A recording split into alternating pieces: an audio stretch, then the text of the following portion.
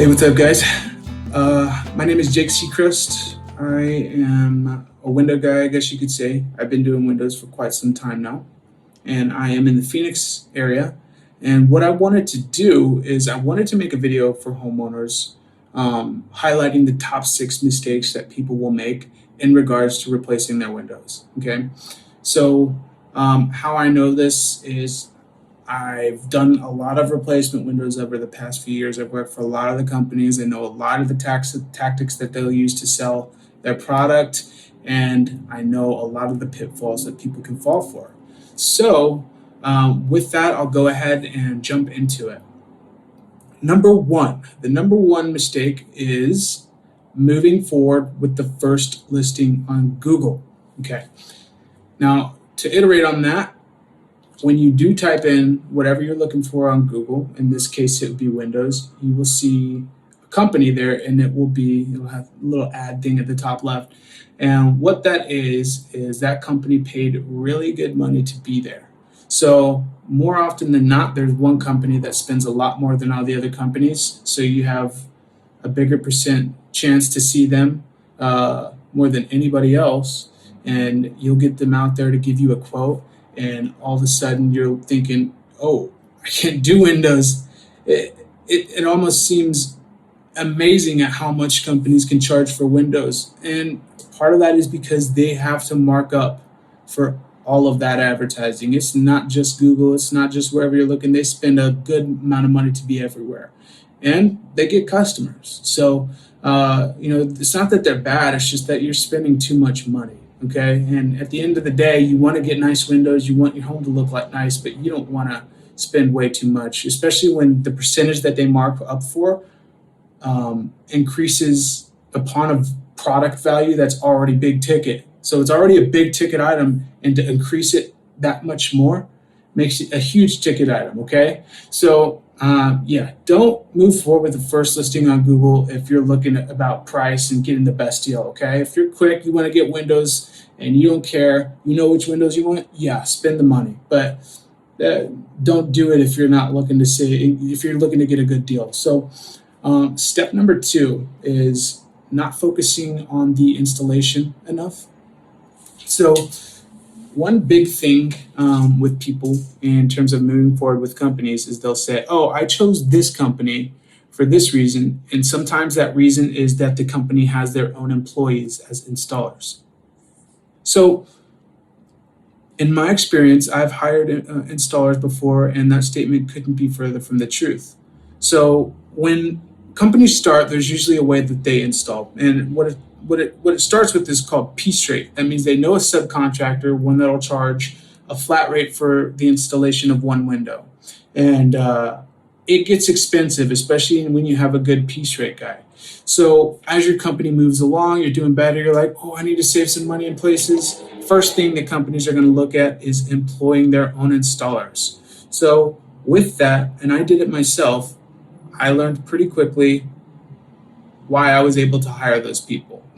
So what happened was when I hired my own installers, not that they were bad necessarily, it's just that they weren't at the quality level that I was used to, and the customer morale dropped pretty quickly. So what I ended up getting was longer, term installs and less quality out of it.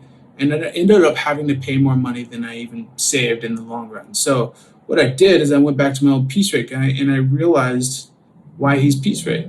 It's because he's really good. And even companies that do have their own installers will actually subcontract out the big jobs to their subcontractor because they know that he can get the job done. Okay, so I'm not saying that all people that are hired and employees of a company are bad installers. That's not what I'm saying. What I'm saying is just because somebody uses a subcontractor does not mean they're bad. Okay.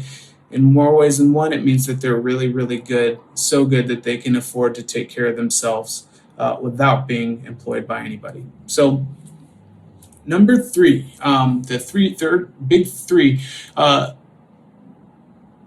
some people don't focus on the aesthetics enough, okay? And what I mean is after I would get done with some of my jobs when I first started, I said, I love that you had a great process with us, but if you don't mind me asking, what is one thing that you would have done differently or you would wish you had known before moving forward with the project? And the number one response that I got from people was aesthetics, color, and the thickness of the window. So usually people replace their windows with some, they have thin aluminum frames and they replace it with a big vinyl fiberglass or Fibex frame. And what happens is if you get white or some off color with your house that's like tan or something, it sticks out and it sticks out uncomfortably and some people don't like it. So what I started to do in order to combat that a little bit is let people know, hey, windows are going to look different, but we do have a resolution for you, and that is maybe a different color, a different style that can match the home. It blends with it more, and it adds that characteristic that you want with your replacement windows. And a lot of the times, 90% of the times, it's the right choice, okay? So one thing to focus on when doing the windows is the aesthetics. Make sure that the window's going to look good. Make sure that the framing is going to look good, the style of framing, and if you want framing, a thick framing, okay? So in terms of the aesthetics, it moves on with the next part of the mistakes that people make. Step number 3 is pretty simple, but I'll get into it. Not spending enough time on aesthetics. So a lot of people, whenever they move forward with a company, they don't take into consideration that replacement windows, no matter which way you spin it, are going to be a little bit to a lot a bit thicker than what you currently have. So most people currently will have like aluminum frames, and they're about this big, and piece of glass that covers most of the window. Well, when you replace your windows, that's going to be thicker. You're either going to get vinyl, which is the most popular. You're going to get fiberglass. You're going to get Fibex. You're going to get, it doesn't matter what it is, it's going to be thicker, okay? So, and a lot of times, a company will use something called a stucco fin that will sit over your stucco in Phoenix, so that they don't have to do all the stucco work and you don't have to get into the house too much. It doesn't do too much damage. It's really not invasive, but it's nice because it's not invasive, but it's also the caveat is that the frames are going to be a lot thicker. So a way to combat that is to focus on the color of the frame. So when you do replace your windows, realize that they're going to be thicker unless you do a full replacement, and I'll get into that in a minute. So you need to focus on the color of the frame. A lot of people with like the tan color houses should opt for a brown color, like a dark bronze or something like that.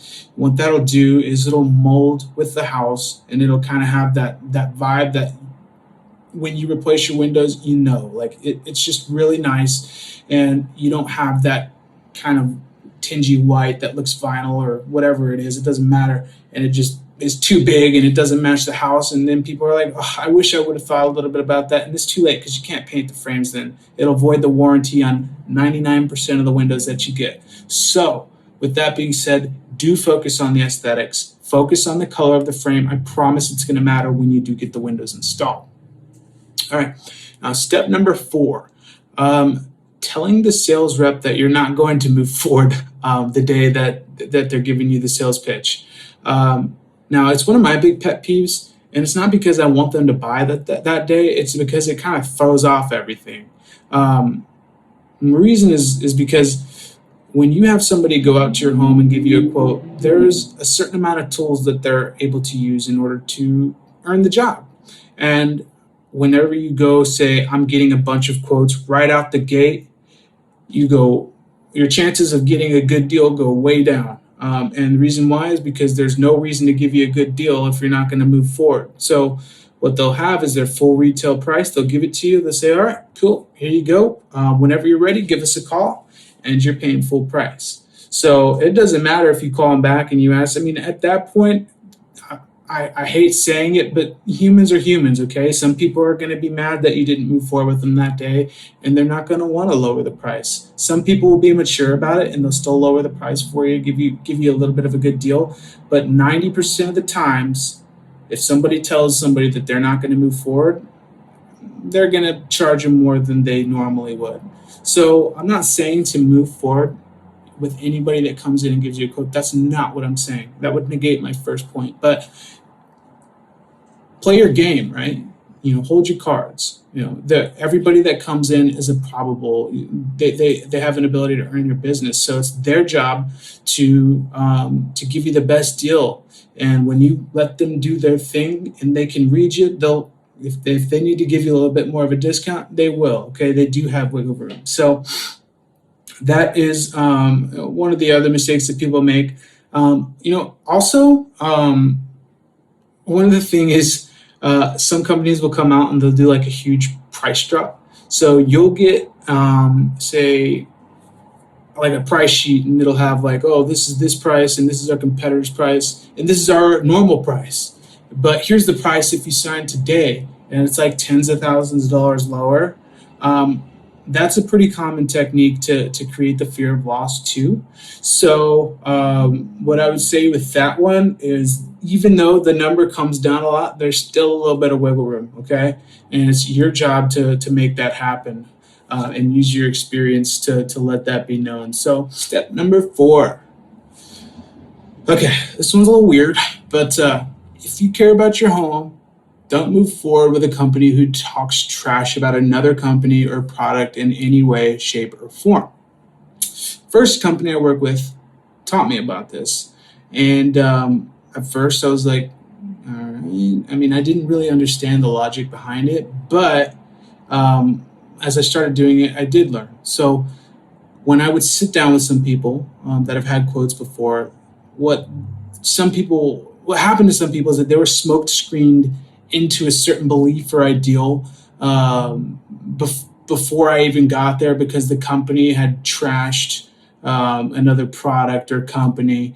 And it usually happens to more global people, but they'll say that their product's just so much better and won't fade or won't blah, blah, blah.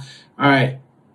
First off, 90% of the companies here use the same exact glass manufacturer. That means they're getting their windows from the same people. What companies will argue is that the frames are different, okay? And the material of the frame is somehow better. Okay, so the one thing that you cannot fight against, or you cannot beat in Arizona, is the sun. It's Mother Nature. It's a pick your poison out here. Companies have been trying to come up with a perfect solution that has no problem. It's just not gonna.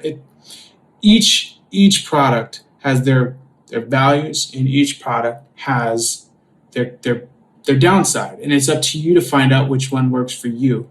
But people that play into this, this material or this company is bad, and they just knock them, and it's just really, really not good, because you realize what kind of environment that they're in order to cater to that sort of idea, which means that they are purely selling. They want to do it any way possible, and the company's not about a good job. It's about getting more volume and more business, which means that they're not going to focus on the quality or focus on the other points that really do matter. So that's one of those things that I won't do as a company owner, and I hope that most companies don't. I know a lot of companies that don't do it, and it's great, because they give people the actual education, the reality, without having to knock something else. And it's just one of those things where you got to do your research on it, and just make sure that you're getting the right amount of information without it being overbearing to get you to move forward or overinflate their price or whatever it is. Okay, so that's just one of the red flags that I would say whenever you have somebody out to your home. A product, anyways, is only as good as its warranty. So before you do move forward with a company, you need to make sure you know who their manufacturer is. If it's them, great. If it's not, find out who. Okay, so manufacturers are important because they're the ones that really honor the warranty. So the company can honor the labor, but the actual material, the manufacturer is going to warrant that. And as you know, a product is only as good as its warranty. So that's another thing. You got to know exactly who the manufacturer is, which is step 5. So one thing that companies do is they'll rebrand some products in order to make it seem like it's theirs. You just have to ask though, do you manufacture your own windows? If not, what's the company that does? And look them up. You got to do your due diligence, make sure their warranty's good, make sure their reviews are good, make sure nothing is, wacky about it. If a company's hiding their manufacturer, then you might have a little bit of an issue there. So really take that into consideration whenever you're replacing your windows. And then step 6, the final step, is really important, even though it's boring. Decide which type of install you want. So there's two main types of, well, it's 3, but there's 2 main types of installs. There's a full replacement, and then there's a retrofit. So most companies will do retrofits, which means that you keep the existing frame in your home, you pull it out, and you retrofit a new window into there, okay? And it sits over your stucco, that's why your frame is thicker. Now, that can be good and it can be bad. So the other option, which is technically the correct way to install a window, is to do a full replacement. That means what happens is you'll cut back the stucco or whatever it is, the siding on your home. You'll get back to that paper and the flashing.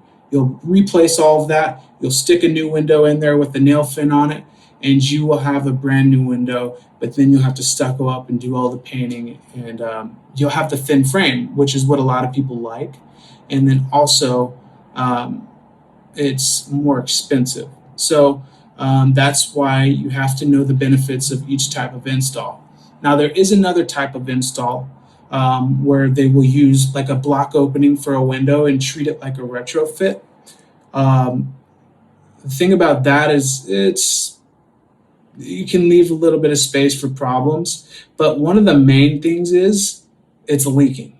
Okay, so first off, you don't get much rain here in Arizona, but if you do and your windows leak or you see some ripples underneath the drywall below the window, a retrofit isn't going to help you, okay? You need to get back there, redo the paper, redo the flashing, and then it'll help you. So if you have water damage in your home underneath your window and somebody tries to do a retrofit, run as fast as you can, okay? Because that's not going to fix your problem. It'll help with the sun coming in, but it's not going to fix the problem of you don't have a proper seal on your home.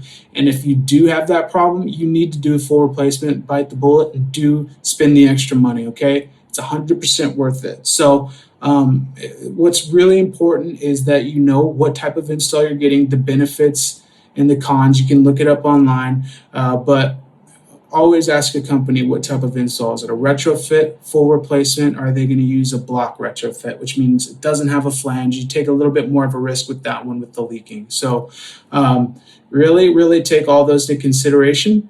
And so that's pretty much it for the day. There's a lot more. If you guys have any questions, you can leave it down there. I'd be more than happy to answer.